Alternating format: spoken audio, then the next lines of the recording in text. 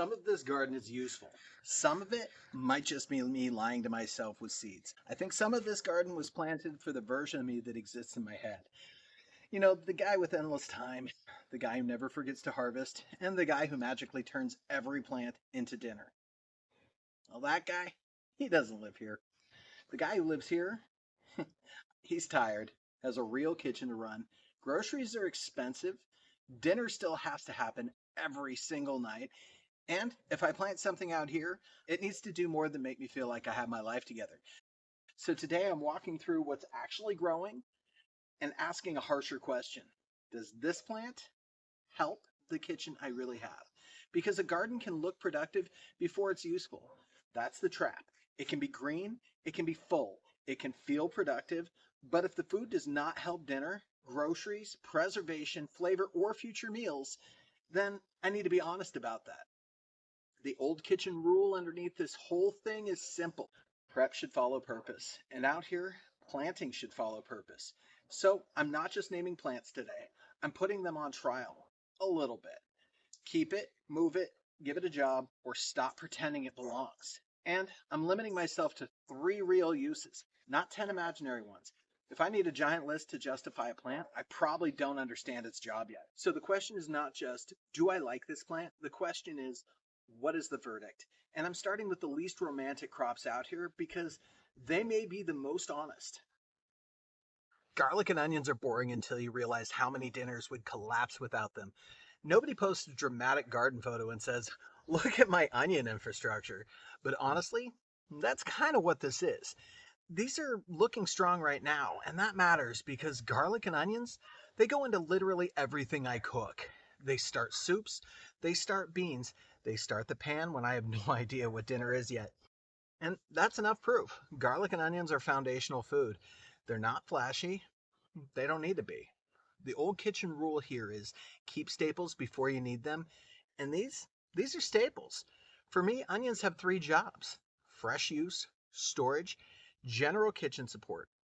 That's not a fantasy garden. That's kitchen infrastructure. If dinner starts with it over and over again, it deserves serious space in the garden. So the verdict here is easy. Keep it. No questions. These crops already have a job. But a useful garden is not just what is growing now. It's about what happens after the first crop is done. Empty soil can feel harmless, but it's usually a decision I haven't made yet. This is where I want to think differently. Once the garlic and onions come out, I don't want that space to just sit there because I did the first thing and forgot the second thing. The kitchen rule is the first meal should make the second meal easier. And out here, the garden version is the first crop should make the next crop easier. That's where royal burgundy beans come in. This is not a random planting. I'm not just throwing beans somewhere because I had seeds and dirt and a little too much confidence.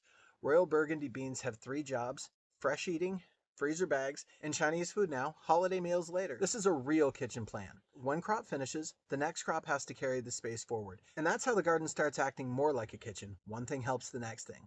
Garlic and onions help dinner now. Beans are going to help dinner later. And if I don't want empty space to become wasted time, the verdict is easy. Give it the next job. Do not let the soil retire early, because if I'm serious about this garden helping the kitchen, then the second crop matters almost as much as the first one. But then there are the crops that are more exciting, which means they're also more dangerous.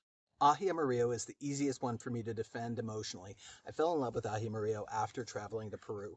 That flavor stuck with me, so now I have 5 aji amarillo plants growing. That's exciting, but excitement is not a plan. The old kitchen rule here is food has a job, so these peppers need a job before they ever ripen. For me, aji amarillo has 3 jobs: hot sauce, pepper paste, and the kind of flavor base that reminds me why I wanted it after Peru. That turns them from cool pepper I wanted to grow into future flavor for the kitchen. So the verdict is, keep it. But it has to do something. It has to become something. These peppers do not get to sit out here all summer just so I can feel interesting. They need to end up back in the kitchen. Otherwise, I did not grow food. I grew a story I never finished. Eggplant is different. Eggplant is in a container, which means it's taking up controlled, valuable space. I wanted eggplant because I want to use eggplant more. That's honest. It's not something I already cook constantly, so now it has to earn the space. The first job is going to be baba ganoush. After that, maybe grilled eggplant or a cooked freezer batch. But if I can't name the first food, I don't have a plan. I have a wish. And wanting a plant is not the same as having a plan for it. So the verdict is eggplant is going to be a keep it for now, but on a very short leash. If this plant gives me eggplant and I don't turn it into food we actually eat, then I learned something. I learned I like the idea of eggplant more than the reality of it. And honestly, that is useful information too. Now, I have a couple of other plants. They're the purple tomatillo and the cucamelon. These are plants where fantasy can sneak up fast. They're interesting, they're fun. They look like the kind of thing a person grows when they want the garden to feel a little more special. And there is nothing wrong with that. But interesting is not enough.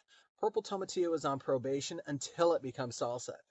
And that's the first job. Maybe freezer sauce after that, but salsa comes first. Cucamelon is on even thinner ice because cute is not a food plan. And I can say that as a father. I understand the power of cute, but cute does not make dinner. So the verdict is probation. They can stay, but they need to prove they are more than garden novelty because a fantasy garden is full of plants I like talking about. A useful garden is full of plants that eventually do something. And then there are the crops that do not fail quietly. They either feed you or they take over your counter. Some crops do not fail because they produce too little. They fail because they produce faster than I think. I have zucchini, I have scallop squash, and I have acorn squash. I have pickling cucumbers started indoors, and each one needs a different kind of attention. The old kitchen rule here is know what keeps, what spoils, and what needs using first. Out here, that means knowing what kind of attention each crop will need before it starts producing. Zucchini's primary job is everyday cooking. Its backup job is frozen, shredded zucchini for breads and things like that. And the future job is zucchini relish because I love that stuff. Pickling cucumbers have two jobs, fermented pickles and canned pickles. That's plenty. Scallop squash has one clear summer job. It needs to become a real side dish, not just something cute on the plant. Acorn squash has one job right now, fall support. These are not all the same problem. Growing them is only half the job. Keeping up with them is the real test. A crop is not useful just because it produces. It's useful if I can keep up with it. If I miss the window, the food changes. A perfect little cucumber becomes a seed-filled club. A tender zucchini becomes a household obligation. And I know you can still use giant zucchini, but I also do not want every summer meal to start with me whispering, please help me get rid of this. This is not abundance. That's a hostage negotiation. So the verdict here is keep it. Only if I can keep up. These crops do not need a plan. They need discipline. They need checking. They need timing. And they need me to remember that food does not become useful just because I planted it. I still have to harvest it while it's worth harvesting. But some plants do not earn their space by filling a basket. They earn it by making everything else better. These plants are not here to fill the pantry. They're here to make ordinary food taste better. I've got oregano, dill in the seedling phase, sage, of course, basil, rosemary, and mint, and I have nasturtium partly for pest control and partly because my kid got seeds in his kids' meal, which is probably the best and most honest garden origin story I have. Basil and rosemary are the herbs I actually use the most, and tarragon is the herb that I like the idea of more than I use. That means tarragon is on probation. It can stay, but it needs to start showing up in dinner, or it's just a French accent in plant form.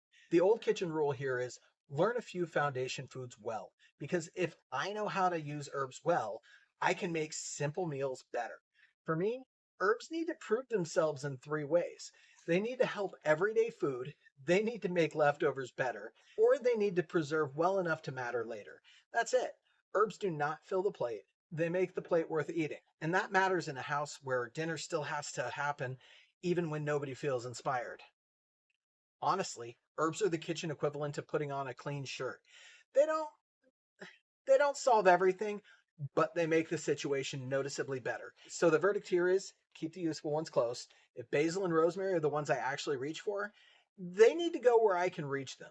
If tarragon keeps acting like a plant that I admire but ignore, then it stays on probation. A useful herb in the wrong place is almost as bad as not having it, because if I have to hunt for it, I probably won't use it when dinner's late. Then there are the plants that are not about this week at all.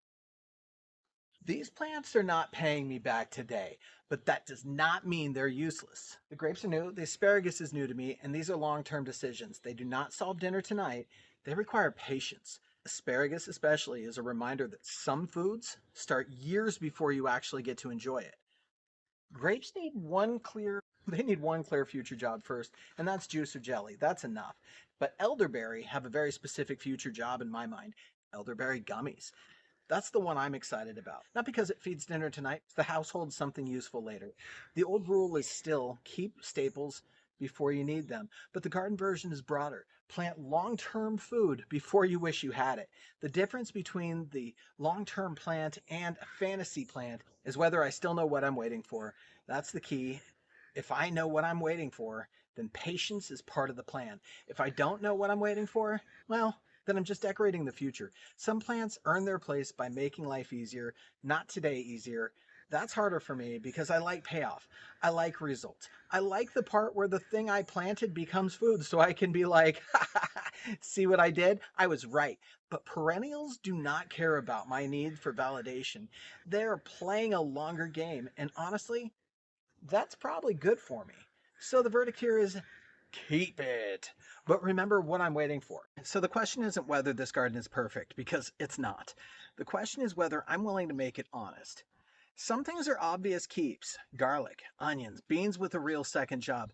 But some things are on probation, like cucamelon and purple tomatillo, and definitely that tarragon. And some things need discipline. Zucchini, pickle, squash. Some things need a lot of patience, like the grapes, elderberry, and asparagus, and some things just need to prove that the idea of them can become real. Ahi Mario has to become hot sauce and paste, eggplant has to become baba ganoush, and a useful garden does not have to be perfect. It has to tell the truth about the household it serves. So I want to know from you, which is one plant you grow because it actually helps your kitchen? And what is one plant you grow mostly because you like the idea of it? No shame, I clearly have both. And if you watched the last video, you already know that I'm trying to rebuild the way this kitchen works from the ground up. This is the garden version of that. I'm not planting for the fantasy garden anymore. I am planting for the kitchen that I actually have to run. And don't forget to hit like and subscribe so that way you can find out more about what I'm doing next.